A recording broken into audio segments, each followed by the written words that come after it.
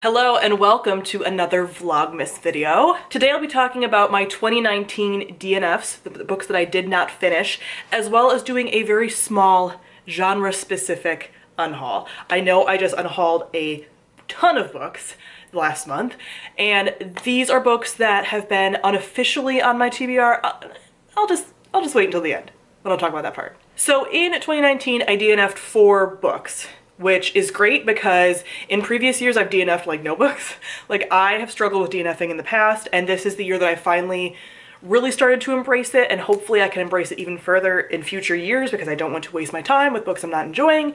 But these books were books that I truly did not want to keep reading, and I DNF'd them, which made me so very happy. But I'm also glad that I didn't DNF too much, because these are all books that are on my shelf and books I was actually really excited for, and if I was DNFing a ton of those books, I would question if I knew my own book taste, which I do fairly well. I'm also hoping that I don't DNF anything in December because I'm filming this at the very end of November because it's Vlogmas and you gotta pre-film a lot for Vlogmas. So here's hoping that I pick only wonderful books to read in December and don't DNF anything. So the first book that I DNF'd was Shadow of the Fox by Julie Kagawa. This I DNF'd mostly because I didn't love the writing. It felt a little immature. This does take place in a fantasy world, and it follows one character who's an assassin and then another character who is like I forget what they're called. They're basically like fox people in Japanese folklore. And so the two characters have to team up to kind of protect this like magical artifact and take it someplace.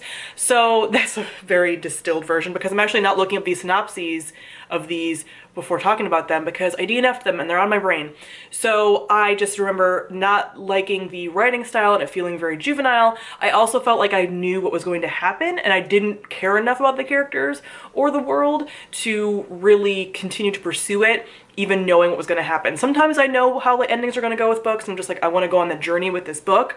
But for this, I was like, I don't really care to. And I also felt like the two characters didn't really have distinctly different voices, and that's something that really makes me mad with multiple POV stories. So I ended up DNFing this one after, I think, a little over 50 pages. I really try to give books at least 50 pages, but if they can't grip me, then I usually get rid of them. The second book I DNF'd was Space Opera by Catherine M. Valente. This I tried in a few different formats.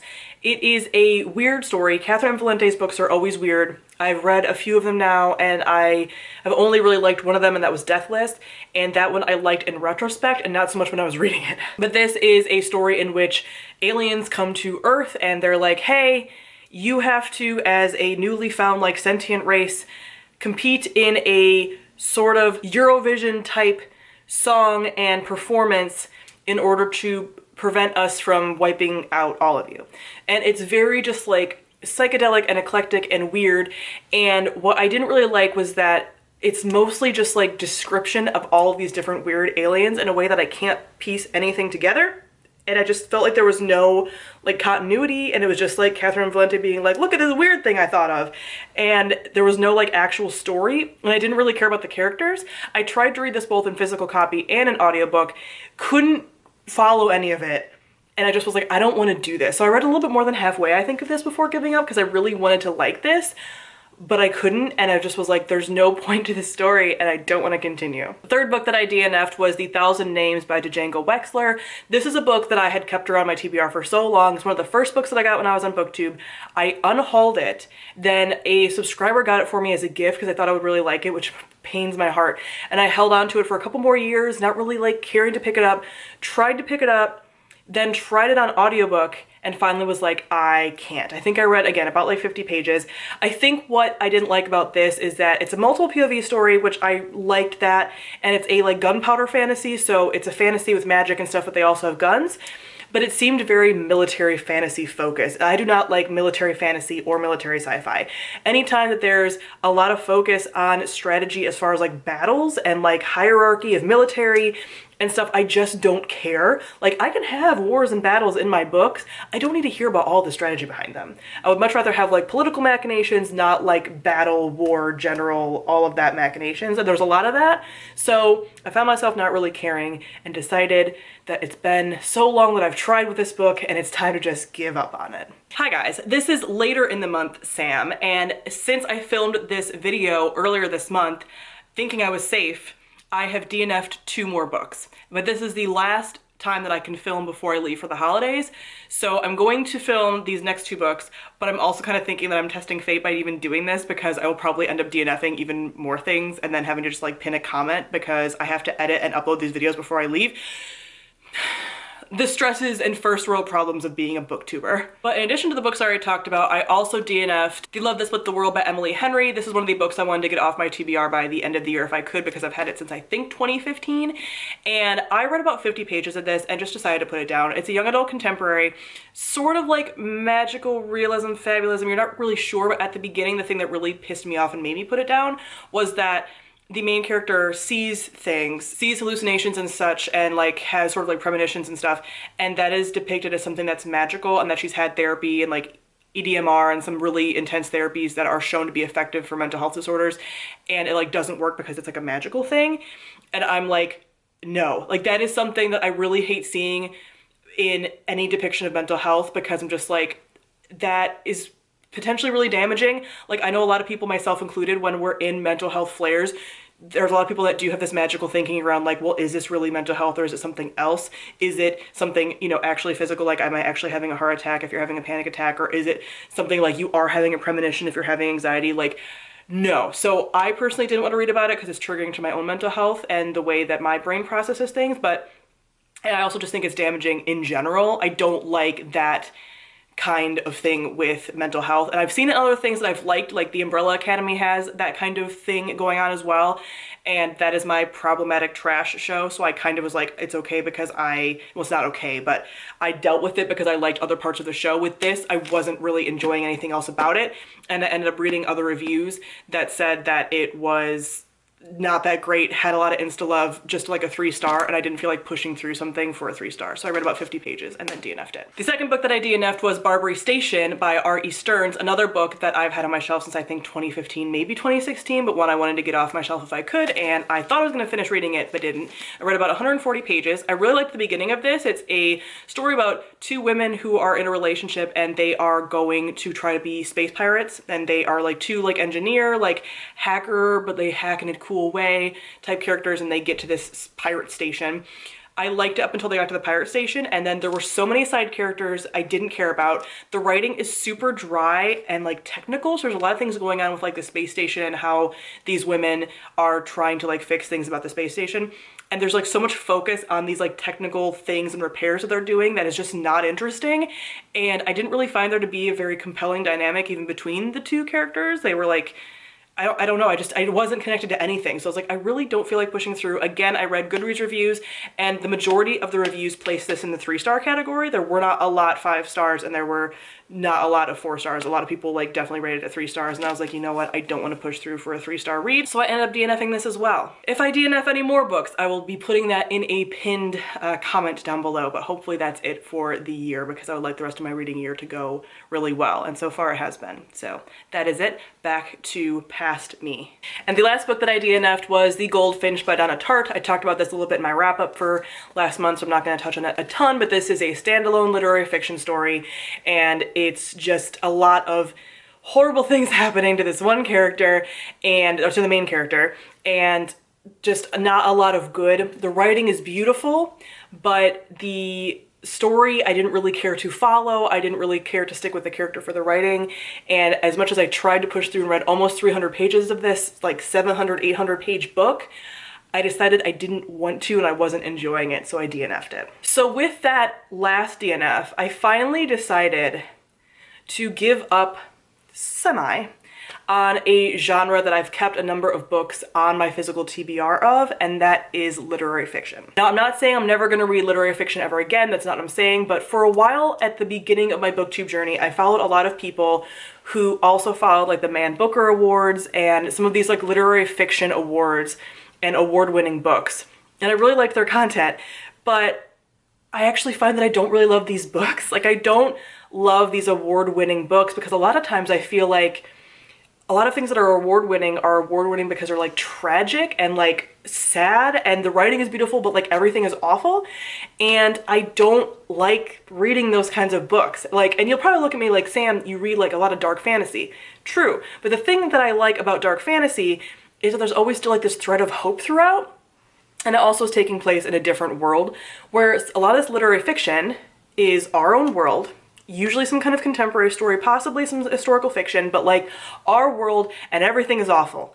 And there's not much hope in it. And I'm like, listen, I don't always read just for escapism, but to a certain extent I do. So I would like for everything to not be so shitty with like all these horrible things like tragedy and death and like abuse and all of the stuff that I don't care to see. This could also be amplified by the fact that I have incredibly hard job when it comes to loss and interpersonal things and seeing abuse and seeing really like hardships of life, because for the last year I've been working in inpatient hospice with people that are dying, right? So the last thing I want to do when I come home is to read about horribly tragic things happening in the real world, because I have enough of that nightmare fuel in my own brain. So I don't need that from like when I come home, and I don't care to read that, right? So I think I'm finally letting myself give up on these literary fiction novels that I don't really care to read and that I've actually not even included on my TBR shelf. So if you guys remember my like past TBR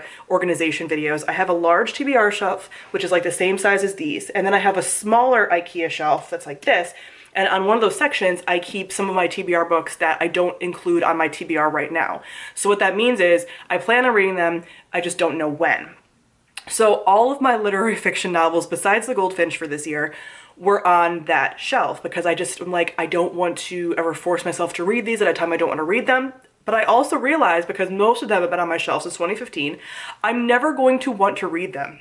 And if I do, I can get them from the library. But there's never a time that I've wanted to read any of these books. The only one was I wanted to read The Goldfinch, but otherwise it's like I've never thought about like, oh, I really want to read that. And the rest of the books on that shelf are sequels to books that are already on my shelf, on my TBR shelf. So those will just fill in those spots when I read those books. So those I'm okay with keeping. But these other books, I'm like, you're never going to want to read that. So I'm unhauling them. This is still motivated by me moving, obviously, and wanting to not move these books, because you'll see how large these books are, and I don't care to move them. They will be in their own box, basically. They're so freaking heavy, so I don't care to move them. I can't. I don't want them.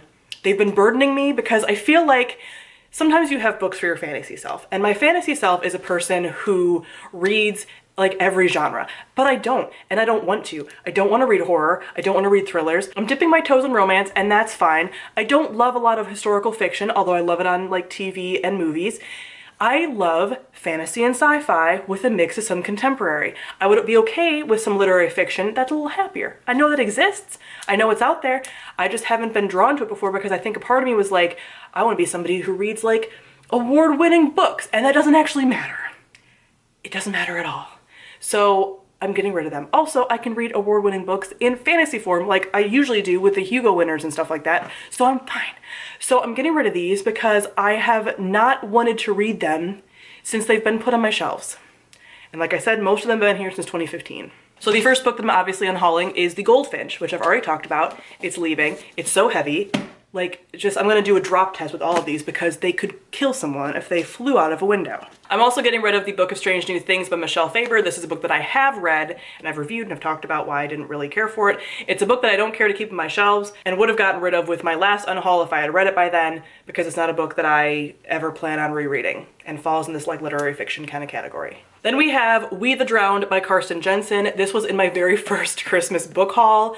I'm trying to remember who even recommended this, but it is a very large literary fiction story. It's a historical fiction taking place in 1848, following Danish sailors as they set sail to fight the Germans. Apparently it's beautiful. I think it's probably won awards. I am literally never gonna want to read this. I don't, like, I love that it's sat on my shelf because I do love the cover. I got this like cover from Book Depository. It's gorgeous.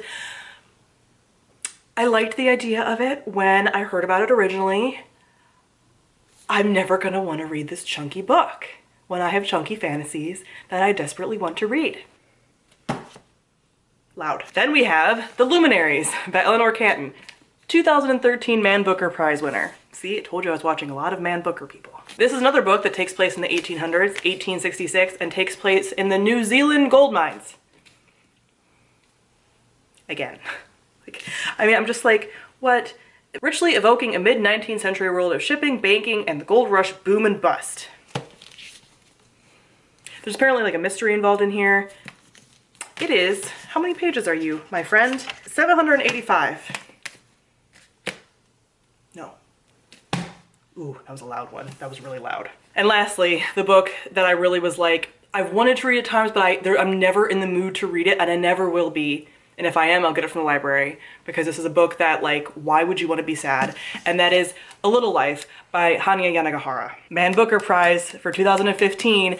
This follows a band of friends. It's one of the only books that I'm still like slightly interested in. It follows a band of friends, and one of the characters in particular, Jude, is apparently like horribly abused. Like horribly abused and traumatized, and you like see this and you see the ramifications of it, and it's incredibly sad and depressing, and everyone's like, this is incredibly sad and depressing, know that before going into it. And I'm like, wow, like stated earlier, I'm never gonna want to read something sad and depressing, like literally never. Like again, even when I read my like dark fantasy, I know that there's a light at the end of the tunnel, and there might be with this too, but you never know because it's literary fiction, and I just don't want to. So this is the only one that'll remain in my like back of my head if I ever want to read it. And I'm not saying that I'm never gonna read lit fic. I probably will, but I'll get it from my library when the mood strikes me, instead of carrying them around like a very heavy burden for years. That one was, yeah, that one was loud too. So yeah, these are the books that I'm unhauling. These are the only literary fiction books left on my shelf. Again, I prefer genre fiction that has literary fiction type writing. So putting some literary fiction into my genre fiction. I don't like just like straight up literary fiction, or I don't like the sad, heavy, angsty, in a bad way type of literary fiction. And I also, I think, kept this on my shelf for a while as like, oh, if you're ever sick of fantasy, you can dip into something else. But if I'm ever sick of fantasy, it's because it's gotten too heavy for me at the time, and I just like, my brain can't like do that right now. So I wouldn't want to dive into this either. And now I know that about myself. I've also started reading like contemporary romance for fluff in between when I don't want to read fantasy. And now that I have that as like a life support raft in the sea of reading, I don't need these. So I can finally get rid of them because these wouldn't even serve the purpose I thought they originally would. So that is it for my DNFs of the year and some unhauling. So comment below, let me know about some of the DNFs that you made this year, and also let me know if there's a certain genre that is just not your style and you finally realized that in 2019, like me. So thank you all for watching, and I'll see all of you guys soon. Bye.